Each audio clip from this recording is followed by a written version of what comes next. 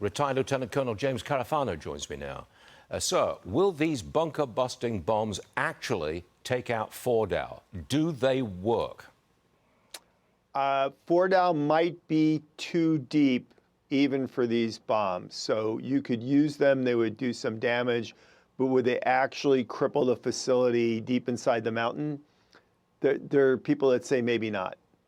I'm told that they penetrate the ground, and then when it gets to the maximum depth, the pilot actually blasts creates the explosion.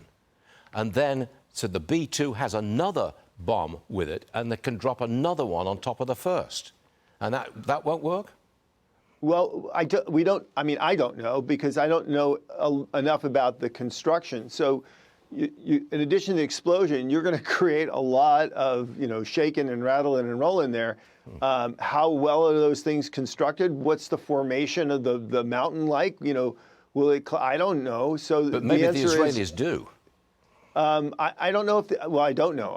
I don't know how much intelligence they actually have on the physical construction of the facility. So the answer is, will it work? I don't know. Does the United States need to get involved in this conflict? I don't think so. But what I will say is, just the threat that the United States might get involved, that is worth a lot of battalions and a lot of aircraft carriers, because that has to weigh very heavily on the Iranians' mind. Well, one more, if I may. If we take out Fordow, or if we badly damage it, dropping a couple of these big bombs, is there a radiation leak? Probably not, because it's so far down there, and the mountain's going to collapse on it. You're probably not going to get a lot of leakage. Okay, let me change the subject for a second. I want you to listen to what Senator John Fetterman had to say about Israel's plans to target Iran's supreme leader, Khomeini. Watch this. Yeah, 100%. Yeah, I think they should have targeted him. Absolutely, taken him out.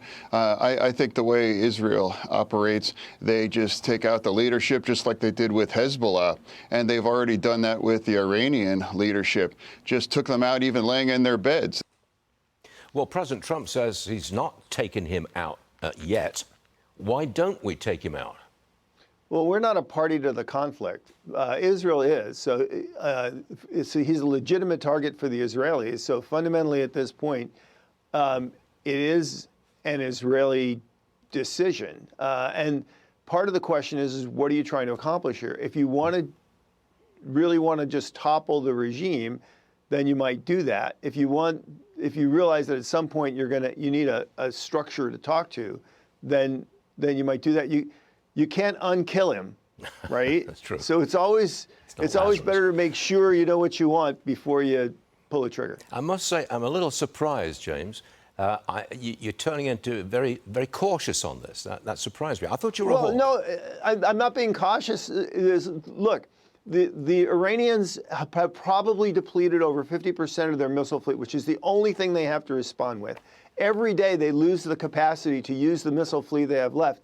They're almost prostrate in front of the Israelis. So, you don't need to be reckless here, because this is game over Israel. Now, the Israelis might not be able to topple the government. They might not be able to eliminate the Iranian nuclear program forever. But they're absolutely going to put not just the nuclear program back, the ability to fund the surrogates, the ability of the military, the ability to control it. They're pushing all that back for years. And they've bought an awful lot already. So, I mean, what do you want here? What I want is to be completely free of the threat of a nuclear device of any kind held by Iran. That's not me that's important here. It's what I think the world wants. Well, as long as the regime survives, then you will probably try to rebuild that capacity. And at some point, they will be able to do that. But this is the difference is, sometimes people that want to solve a problem forever wind up creating a whole bunch of new problems. True. Sometimes it's good enough just pushing it down the road.